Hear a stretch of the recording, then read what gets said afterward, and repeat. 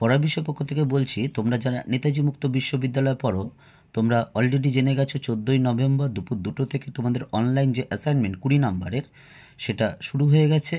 10টা MCQ question থাকে, তার টোটাল মার্কস 20, অর্থাৎ একটা জন্য 2 নম্বর বরাদ্দ রয়েছে। এবং এমসিকিউ তো তোমরা জানো যে 4টে অপশন থাকে, যার মধ্যে যেটা ঠিক সেটা তোমাদের টিক দিতে হয়।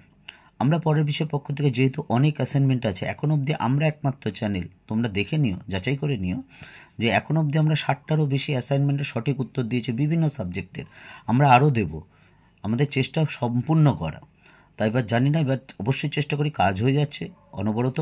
যাই হোক, এখন তোমাদের যে অ্যাসাইনমেন্টটা দেবো DSBG 21 এর যে 10টি সঠিক উত্তর, এটা নিয়ে আমরা আলোচনা করব।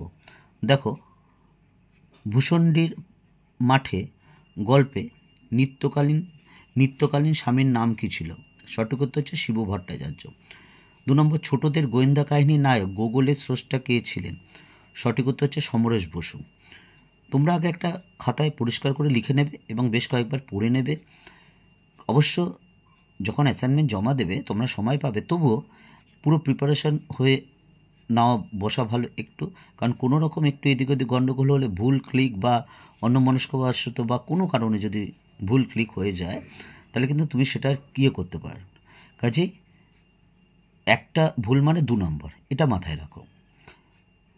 সেকালের দারোগা কাহিনীর রচয়িতার নাম কি? 3 নম্বরটা উত্তর দেখো, গিরিশচন্দ্র বসু। 4 নম্বর, সব ভুতুরে গল্প সংকলনটির মোট গল্প সংখ্যা কত? 42টি।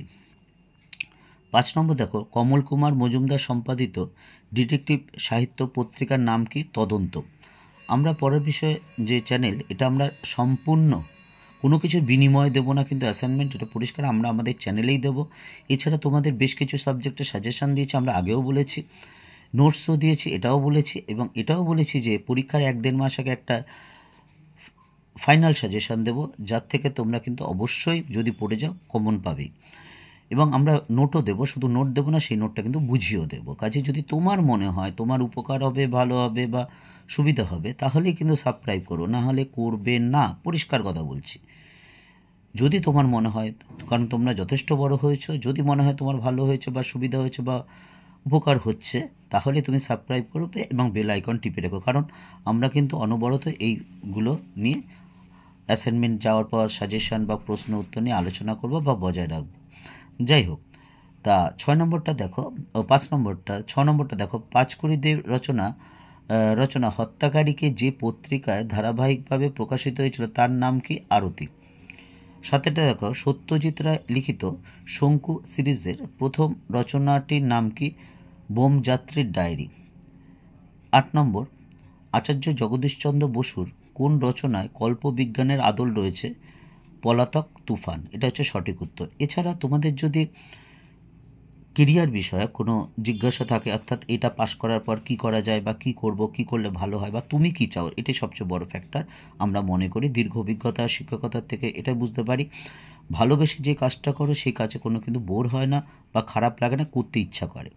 কাজেই এই সম্পর্কে যদি তোমাদের কিছু জানার ইচ্ছা থেকে আমাদের ডেসক্রিপশন বক্সে জানিও। আমরা আমাদের যারা অভিজ্ঞ বিভিন্ন বিষয়ে শিক্ষক শিক্ষিকারা আছেন বা কেরিয়ার ওরিয়েন্টার আছে, তাদের মাধ্যমে কিন্তু তোমাদের সমস্যার সমাধানে অবশ্যই চেষ্টা করব।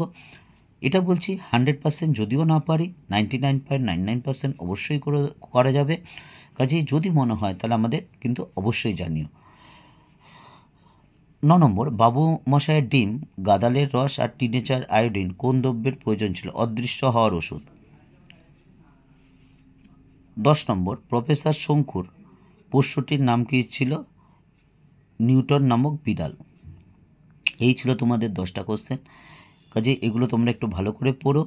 আর যদি শুধু তোমরা অ্যাসাইনমেন্টে 20তে 20 তা নয়, পুরো পরীক্ষা তোমাদের ভালো হোক, জীবন ভালো হোক, সুন্দর হোক, আনন্দময় হোক, পড়ার বিষয় পক্ষ থেকে আমরা সকলে একান্তভাবে এটাই কামনা করি।